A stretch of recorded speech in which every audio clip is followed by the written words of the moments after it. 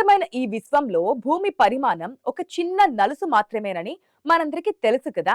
కానీ మనకు ప్రాణాధారమైన సూర్యుడి కంటే కొన్ని కోట్ల రెట్లు పెద్దవైన రాక్షస నక్షత్రాలు అంతరిక్షంలో ఉన్నాయంటే నమ్మడం కష్టంగా అనిపిస్తోంది. నక్షత్రాల అపారమైన పరిమాణాన్ని అర్థం చేసుకోవాలంటే ముందుగా వాటి పుట్టుక పరిణామ క్రమాన్ని గమనించాలి. శాస్త్రవేత్తలు నక్షత్రాలను వాటి ఉష్ణోగ్రత మరియు కాంతి తీవ్రత ఆధారంగా వర్గీకరించేందుకు హెర్ట్జ్స్ప్రాంగ్ రస్సెల్ అనే ప్రత్యేక రేఖాపటాన్ని ఉపయోగిస్తారు. మన సూర్యుడు ఈ చార్టులో మధ్యస్థంగా ఉండే ఒక సగటు నక్షత్రం మాత్రమే. దీని వ్యాసార్థం సుమారు 7 లక్షల కిలోమీటర్లు ఉంటుంది. ఒకవేళ సూర్యుడిని మనం ఒక ఫుట్బాల్ తో పోలిస్తే భూమి కేవలం 2 మిల్లీమీటర్ల పరిమాణం ఉన్న మిరియపు గింజ అంత మాత్రమే ఉంటుంది. కానీ విశ్వంలోని అసలైన రాక్షస నక్షత్రాలతో పోలిస్తే మన సూర్యుడు కూడా వెలవెలబోతాడు. ఎందుకంటే సూర్యుడి కన్నా వందల కొద్ది రెట్లు పెద్దవైన మాస్టర్ నక్షత్రాలు విశ్వాంతరాలలో ఉన్నాయి. అవి ఎంత పెద్దవి అంటే మన ఊహకు కూడా అందనంత పెద్దగా ఉంటాయి. ఆ నక్షత్రాలు తమ గర్భంలో హైడ్రోజన్ ను హీలియంగా మార్చే ప్రక్రియ ద్వారా విపరీతమైన శక్తిని విడుదల చేస్తాయి. అంటే అచ్చం సూర్యుడిలాగన్నమాట. ఈ శక్తి నిరంతరం బయటకు నెట్టే ప్రయత్నం చేస్తుంటే నక్షత్రం యొక్క గురుత్వాకర్షణ శక్తి లోపలికి లాగుతూ ఉంటుంది. ఈ రెండు విరుద్ధ శక్తుల మధ్య సమతుల్యత ఉన్నంత కాలం నక్షత్రం స్థిరంగా వెలుగుతూ ఉంటుంది.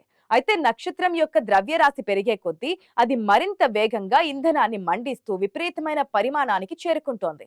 ద్రవ్యరాశి పెరిగే కొద్దీ నక్షత్రం యొక్క కేంద్రం మీద ఒత్తిడి పెరుగుతోంది. దీనివల్ల అది అత్యంత వేగంగా హైడ్రోజన్ ఫ్యూజన్ చేస్తూ భారీ మొత్తంలో కాంతిని వేడిని విడుదల చేస్తోంది. ఇది నక్షత్రాన్ని విపరీతంగా ఉబ్బేలా చేస్తోంది. అందుకే అవి అంత పెద్దగా ఉంటాయని చెబుతున్నారు పరిశోధకులు. వీటిని మెయిన్ సీక్వెన్స్ నక్షత్రాలని పిలుస్తున్నారు. వీటి జీవితం వేల కోట్ల ఏళ్ల పాటు సాగుతుందట. అయితే ద్రవ్యరాశి ఎక్కువగా ఉన్న నక్షత్రాలు తమ ఇంధనాన్ని త్వరగా ఖర్చు చేసుకొని అతి తక్కువ కాలంలోనే అంతరించిపోతాయి.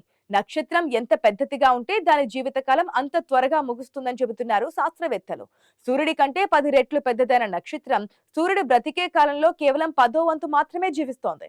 ఈ క్రమంలో అవి ఎదుర్కొనే భౌతిక మార్పులు విశ్వంలోనే అత్యంత విస్మయపరిచే దృశ్యాలను ఆవిష్కరిస్తాయి.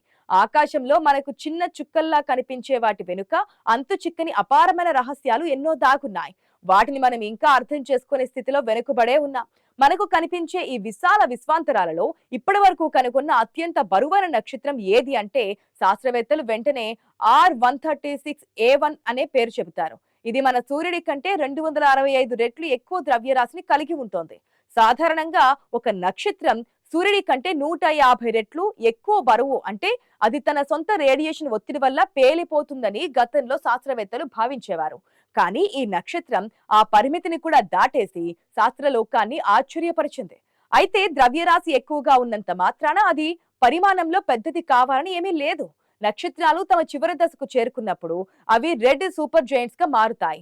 మన సూర్యుడు కూడా మరో 500 కోట్ల ఏళ్ల తర్వాత తనలోని హైడ్రోజన్ నిల్వలు అయిపోయాక విపరీతంగా ఉబ్బి ఒక ఎర్రటి రాక్షస నక్షత్రంలా మారుతాడు. ఆ సమయంలో సూర్యుడు బుధుడు శుక్రుడు భూమిని కూడా మింగేసేంత పెద్దదిగా తయారవుతాడు. ప్రస్తుతం మనకు ఆకాశంలో తెలిసిన నక్షత్రాల్లో బీటిల్గూస్ ఒకటి. ఇది సూర్యుడి కంటే 700 రెట్లు పెద్దది. ఒకవేళ దీనిని మన సౌర వ్యవస్థ మధ్యలో ఉంచితే అంగారకుడు బృహస్పతి కక్షల వరకు వ్యాపించినంత పెద్దదిగా ఉంటుందట. ఇక ఈ నక్షత్రాలు తమ జీవిత చరమాంకంలో ఉండడం వల్ల అవి నిరంతరం పేలుతూ తమలోని పదార్థాన్ని అంతరిక్షంలోకి విరజిమ్ముతూ ఉంటాయి. ఈ దశలో నక్షత్రం దాని బాహ్య పొరల మీద నియంత్రణ కోల్పోతోంది. లోపల జరిగే హీలియం ఫ్యూజన్ వల్ల వెలువడే విపరీతమైన వేడి నక్షత్రం యొక్క ఉపరితలాన్ని కొన్ని కోట్ల కిలోమీటర్ల మేర విస్తరించేలా చేస్తోంది. అందుకే వీటిని రాక్షస నక్షత్రాలు అని పిలుస్తారు. ఇవి ఎంత భారీగా ఉంటాయంటే వాటి కాంతి కొన్ని వేల కాంతి సంవత్సరాల దూరం వరకు స్పష్టంగా కనిపిస్తోంది. ఆకాశంలో మనకు కనిపించే అత్యంత ప్రకాశవంతమైన నక్షత్రాలు చాలా వరకు ఇలాంటి సూపర్ జైంట్ దశలో ఉన్నవే. ఇవి తమ చివరి క్షణాలు అత్యంత ప్రకాశవంతంగా మారి చివరకు సూపర్ నోవాగా పేలిపోతాయి. ఈ భారీ పేలుడు సంభవించినప్పుడు వెలువడే కాంతి ఒక గెలాక్సీలోని మొత్తం నక్షత్రాల కాంతి కంటే ఎక్కువగా ఉంటుంది. ఈ దృశ్యం విశ్వంలోనే అత్యంత భయానకమైనది, అద్భుతమైనది అంటారు శాస్త్రజ్ఞులు. భూమిపై మన జీవం ఉనికికి కారణమైన మూలకాలు కూడా ఇలాంటి పేలుళ్ల నుంచే పుట్టి ఉంటాయని అంటారు. ఇకపోతే ప్రస్తుతానికి విశ్వంలో కనుగొనబడిన అత్యంత విశాలమైన నక్షత్రం UY-Scuti. ఇది సగటున 500 కోట్ల సూర్యులను తనలో పట్టించుకోగలదట. దీని పరిమాణం ఎంత భారీగా ఉంటుందంటే ఒక కాంతి కిరణం సూర్యుడి చుట్టూ తిరగడానికి కేవలం 14 సెకండ్లు పడితే యువై స్కూటీ చుట్టూ ఒక్కసారి తిరగడానికి సుమారుగా 7 గంటల సమయం పడుతోంది. ఇది సూర్యుడి కంటే 40% తక్కువ ఉష్ణోగ్రతను కలిగి ఉండి ఎర్రగా వెలుగుతూ ఉంటుంది. అందుకే దీనిని రెడ్ సూపర్ జెయింట్ అని కూడా పిలుస్తారు. అయితే నక్షత్రాలు ఎంత పెద్దగా పెరగగలవు అనే దానికి హయాషి లిమిట్ అనే ఒక శాస్త్రీయ పరిమితి ఉంటుంది. ఒక నక్షత్రం తన బరువుకు తగ్గట్లుగా ఎంత గరిష్ట పరిమాణానికి చేరుకోగలదో ఈ నిబంధన తెలియజేస్తోంది. యుఎస్క్యూటీ ఇప్పటికే ఆ పరిమితికి చాలా చేరువలో ఉంది. ఒకవేళ ఏదైనా నక్షత్రం ఈ పరిమితిని దాటితే లోపలి గురుత్వాకర్షణ శక్తి పెరిగి అది మళ్ళీ కుచించుకుపోతోంది. ఈ రాక్షస నక్షత్రాలు చనిపోయేటప్పుడు సూపర్ నోవాలుగా పేలిపోతాయి. ఆ సమయంలో వెలువడే ఆక్సిజన్, కార్బన్, ఇతర మూలకాలు అంతరిక్షంలో కొత్త నక్షత్రాలు, గ్రహాల పుట్టుకకు పునాది వేస్తాయి. అంటే భూమిపై నివసించే మన శరీరంలో ఉన్న మూలకాలు కూడా ఈ భారీ నక్షత్రాల అవశేషాల నుంచే పుట్టాయన్న సిద్ధాంతం ఉంది. ఇవి పేలినప్పుడు విశ్వమంతటా జీవానికి అవసరమైన ముడి పదార్థాలను వెదజల్లుతాయి. ఒక నక్షత్రం అంతమనేది మరో కొన్ని వందల నక్షత్రాల పుట్టుకకు నాంది పలుకుతోంది. మనం నిత్యం చూస్తున్న ఇనుము, బంగారం, వెండి వంటివన్నీ కోట్ల ఏళ్ల క్రితం ఇలాంటి రాక్షస నక్షత్రాల గర్భంలో తయారై విశ్వంలోకి వెదజల్లబడినవే అంటున్నారు పరిశోధకులు. అందుకే మనిషిని స్టార్ డస్ట్ లేదా నక్షత్ర ధూళి అని పిలుస్తూ ఉంటారు. ఈ భారీ నక్షత్రాలు లేకపోతే విశ్వంలో అసలు జీవరాశి ఆవిర్భావమే ఉండేది కాదు. ఇవి ఒక విధంగా విశ్వంలోని మూలకాల కర్మాగారాలుగా పనిచేస్తాయి. వీటి అపారమైన పరిమాణం వెనుక విశ్వం యొక్క సృష్టి రహస్యం మొత్తం దాగి ఉంది.